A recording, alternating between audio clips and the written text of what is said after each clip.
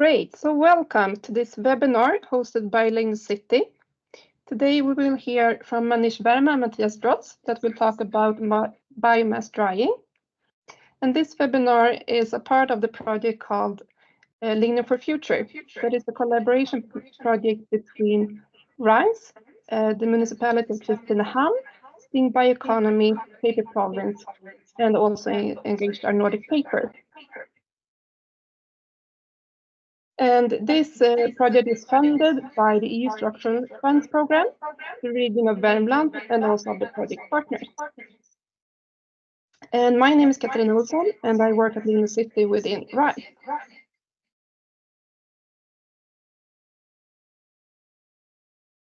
Yes, I also hear that there are some echo. I'm not sure how to solve that. It wasn't here a second ago. Is it better now? I think so. Then we go like this. Great. But today we'll hear from Manish and Mattias.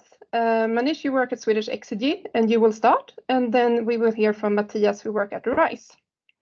And please write your questions in the chat, but we will answer them after both our presenters. So Manish, please present yourself and go ahead with your presentation.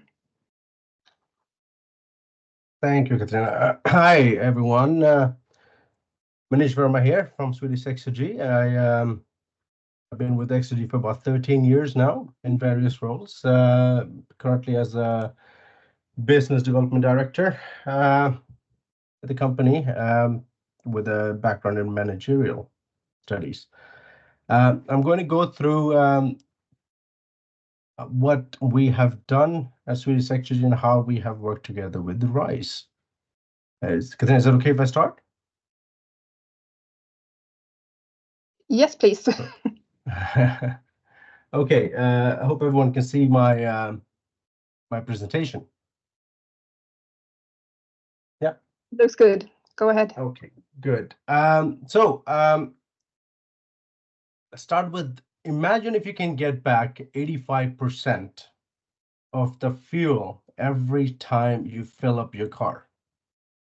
Now, this is something that I want you to keep in mind because we'll come back to this 85% every time. Today, we'll go through the biomass diversity and utilization of it, what kind of biomass we're talking about. There's different kinds, the challenges with drying systems currently, and how do we eliminate those challenges with Exergy drying solutions and experience. And then we'll talk about the pilot plant that is at RISE facility right now, and our path forward, the future strategic initiatives that we're taking. I mean, the biomass as in self, it's a diverse topic. So, I mean, we can talk about woody biomass, we can talk about non-woody biomass, we can talk about the different fractions of biomass. In this, I'll try to address all of them as much as possible. The current challenges facing when it comes to drying is that it's a very inefficient and costly method of drying can be. And the moisture consistency is difficult in achieving uniform drying when you're drying with, let's say, a drum type of dryers or a belt type of dryers. And the impact it can have on the product itself and also the energy and the quality is quite severe. Not to mention the emissions like NOx and CO2s and VOCs, all things that have to be treated. And when you have high temperatures and low moisture content, there's a high risk of fire and explosion. And also the space that is required. More and more, there's less and less space available for building these factories. And the less space you can take on the ground, the better it is.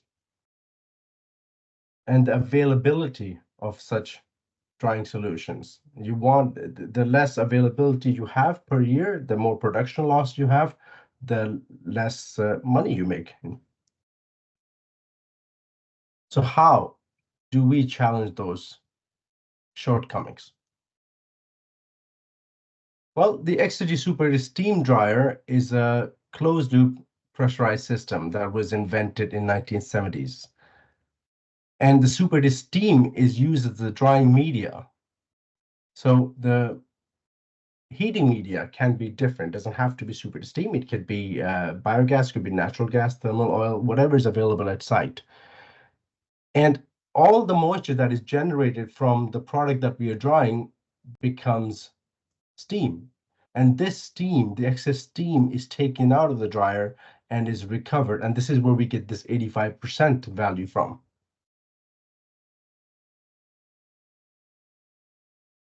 So as I was saying, that any kind of heat source can be used. A lot of misconception happens with the steam dryer is that you have to have steam available for the heating source.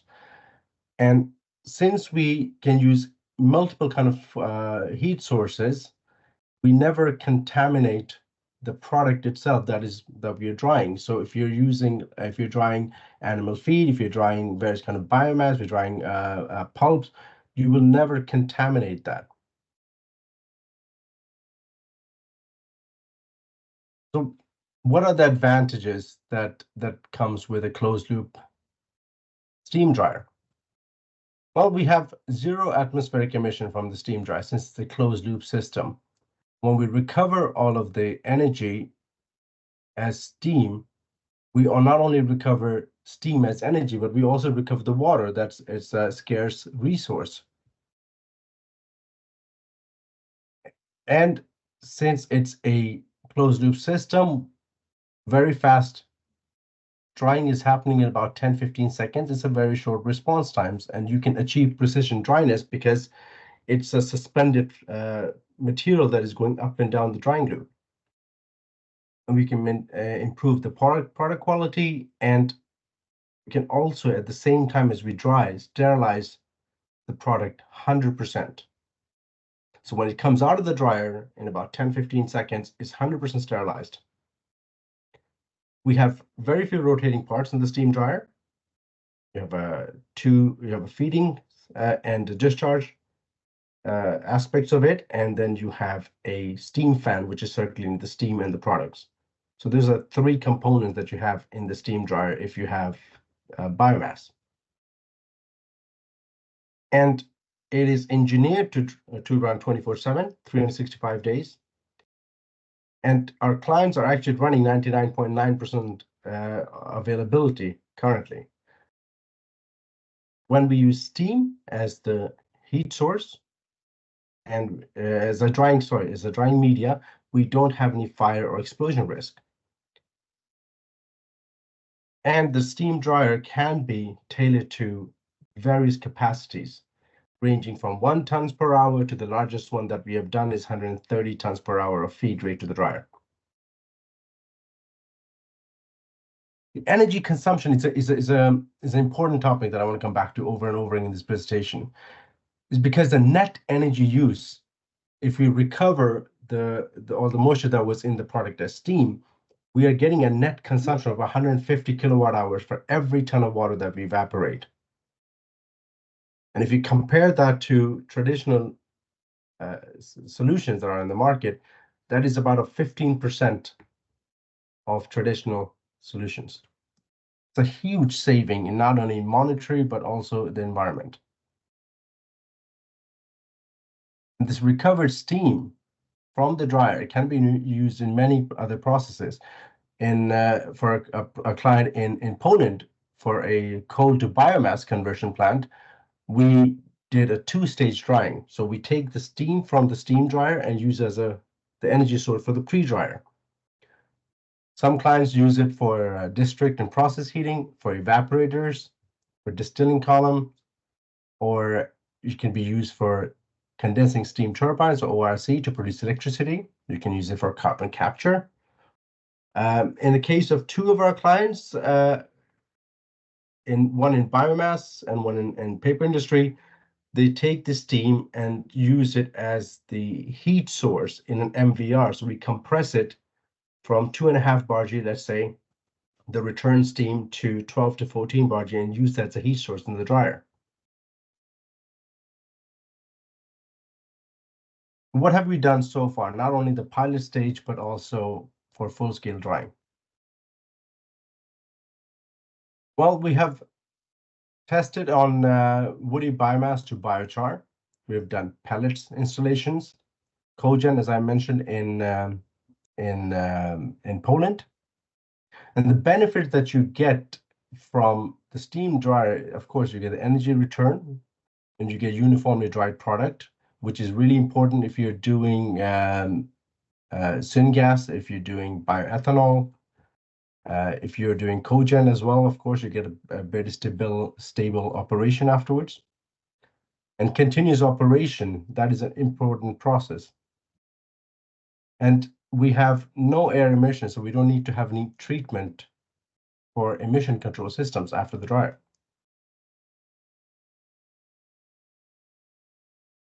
We look at lignin and bioethanol. We've done pilot trial on lignin, and steam is a preferred drying media for lignin because of the effective heat transfer that it has and the minimal risk for overheating.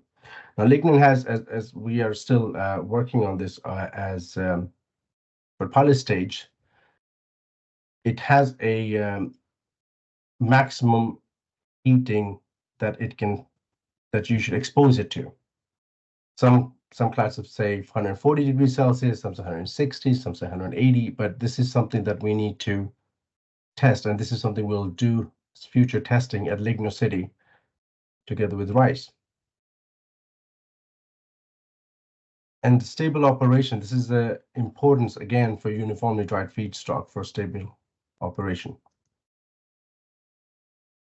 For pulp and paper, the first dryer we ever delivered in 1979 was for CTMP, and this dryer was in operation until 2016, and it was replaced by another dryer by us, double the capacity. So we have been working in the pulp and paper industry for a long time, and now we are shifting and seeing what are the benefits that the steam dryer can give to the product itself. In the paper industry, with woody biomass and non-wood biomass, like wheat fibers and bamboo, eucalyptus. And this is something that we work with. Mattias will go more in detail with this with rice and seeing the benefits that the steam has on both woody and non-woody biomass, as well as the paper sludge as well. That's another headache basically for the paper industry that we're trying to, together with our clients and RISE, try to solve this. The advantages that we see for paper pulp and sludge is that you get improved pulp properties. And since we have no oxygen present in the dryer, you don't have to worry about oxidization. The discoloration as well, we don't have to worry about that because it's indirect heating that is happening. The heating source, again, as I said, is not coming in contact with the product itself. We open up the structure, the fiber structure. The energy efficiency, of course, is a big part of it. And air treatment in the paper and pulp industry such is not required. Again, no more emission control systems are required. ATEX is not required either for us. And if we look at the tensile strength that happens, the decrease of tensile strength that happens when you dry some in the pulp and paper industry, we have done the studies together with RISE, and RISE, I think Mattias will go more into it, that we see little to no loss in tensile strength. And one thing that's important to point out is the 100% sterilization. Again, this is an important part in the pulp and paper industry.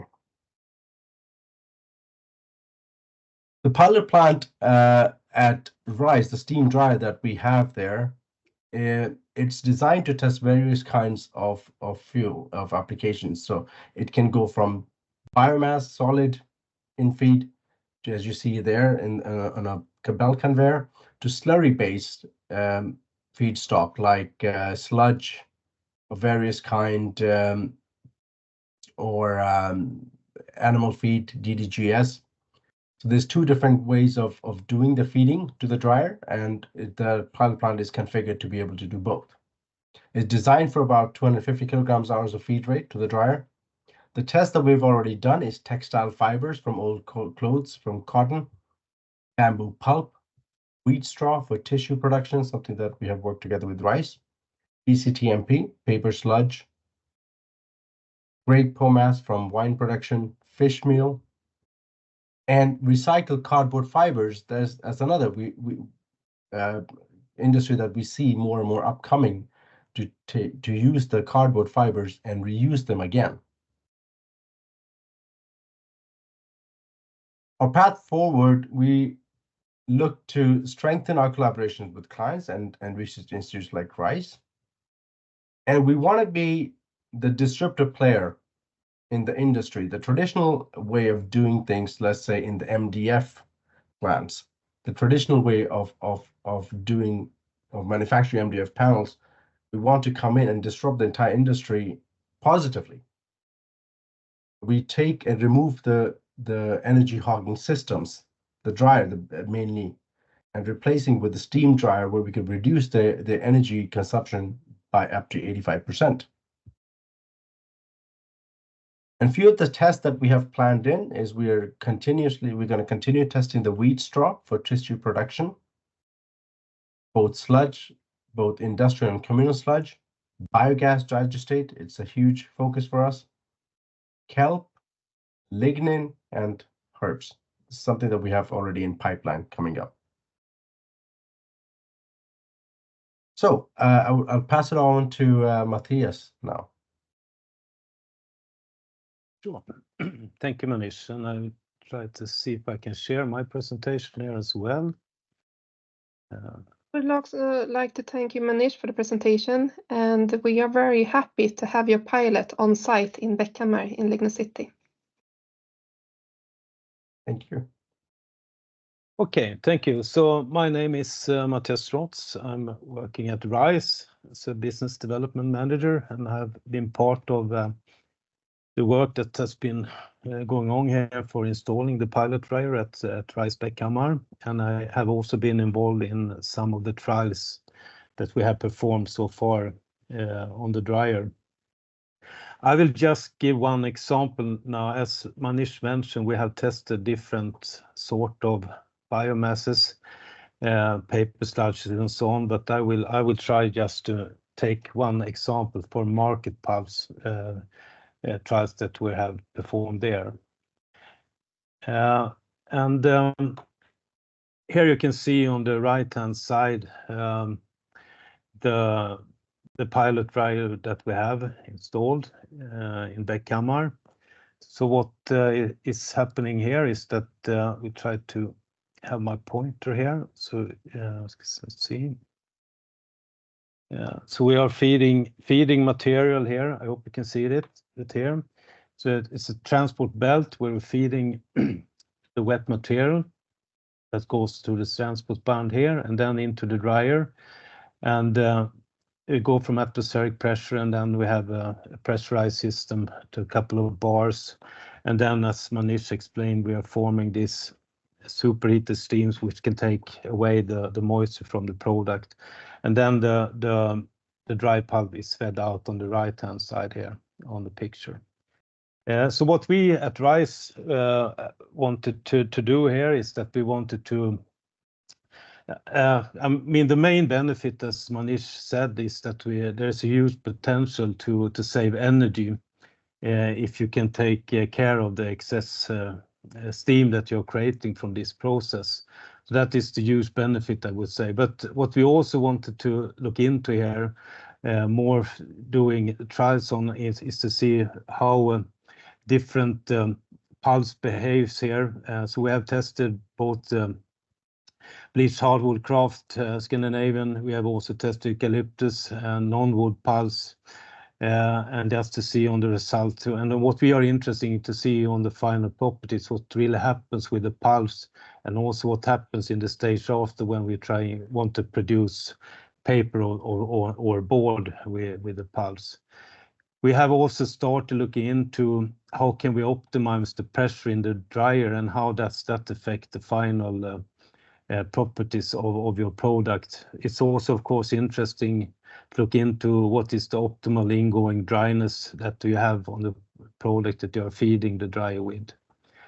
And what we also want to do is, of course, to look more into, and then we have used the infrastructure that we have available at RISE, looking into the fiber morphology, for example, if you're talking about market pulse here, what really happens to the fibers with hornification and so on.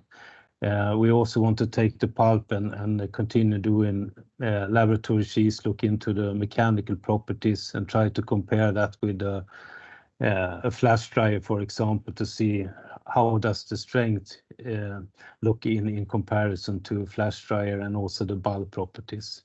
An interesting thing is also look onto the absorption properties, and here I would say what we have seen so far, the most potential, if you could use the pulp directly after this dryer, then I think we have seen great potential on increasing the absorption capacity on the pulp itself.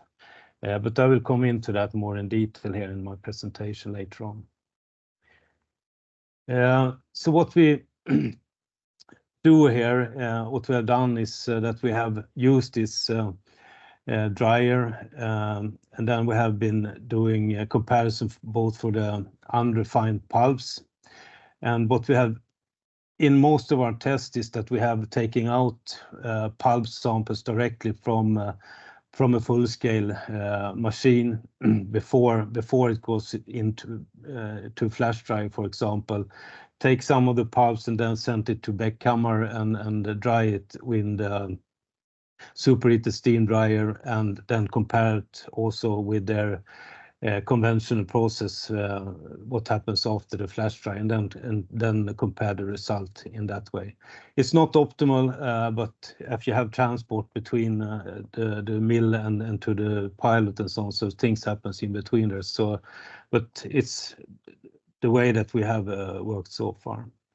And also in order to see to do it in a better comparison, we also aim to do refining curves when we are taking out the samples. And in that case, we often use either the P5 refiner that we have at RISE or the Voigt lab refiner.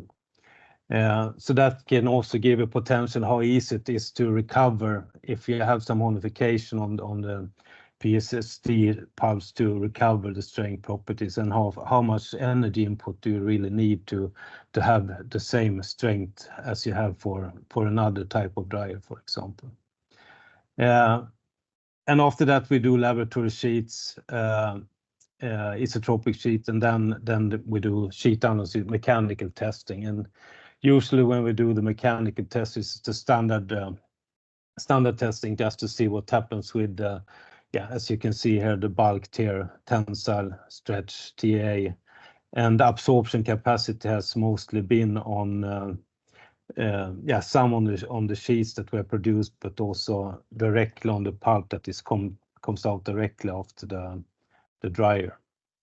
So I will now go into some of the results. Here you can see the fiber morphology, just as an example, where we use the fiber tester here. Here's an comparison between a flash dry pulp and superheated steam dryer. And in this case, we can see that the swelling of the fiber water retention is a little bit lower for the PSSD dryer. One way of measuring this is also the number of kinks on the fiber. And if you have as you can see, you have a higher number here on the PSSD dryer, indicating that you're doing something with the fiber with this superheated steam dryer. This is one example. If you just take comparing laboratory sheets made on superheated steam dryer. That's the first examples, as you see here. You can see that you have an increase in the bulk if you compare flash dry in this case with the superheated steam dryer. So that we have seen when you're doing laboratory sheets, that you can increase the bulk though you often, if you have the unrefined, you might have a lower, or in some cases, in these cases, you see that we have a drop in the tensile. You have a drop in the tensile. Sorry, someone is speaking here in the background. Yeah, thank you. So that is one thing that we often see, that the bulk is increasing, the strength is, if you take the unrefined pulps and on an equal level. But I think there are ways to get around that when you start refining. I will come into that too in the next coming slides here. What we also want to work more with, I think there are a great potential also if you look into the tensile properties. When you have the possibility to change the pressure in the dryer, and optimizing this, I think there's also potential that you can, by have the optimal pressure in the dryer, you can also have an increase in the tensile properties. And here you can see that a higher pressure from 2.5 in comparison to 0.5, you have a lower in there, but by having maybe a lower pressure, you can have higher tensile properties. And on the other hand, you have this bulk increase instead. I think this picture just show an example on the potential, and as just to remember, which Manish started with, that you can have a huge reduction in energy consumption. Let's say if you have around 1,000 kWh per ton for flash dryer over that, and if in net energy, and if you come down to 150 kWh per ton for a flash dryer.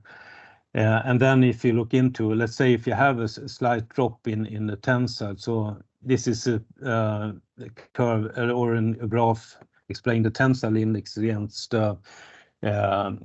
PFE revolution. And if you take this into account, I would say that the refining energy that is necessary to reach the equal level in strength is very minor in comparison.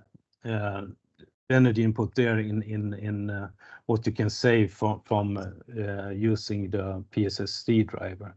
So that is one important thing that to keep in mind.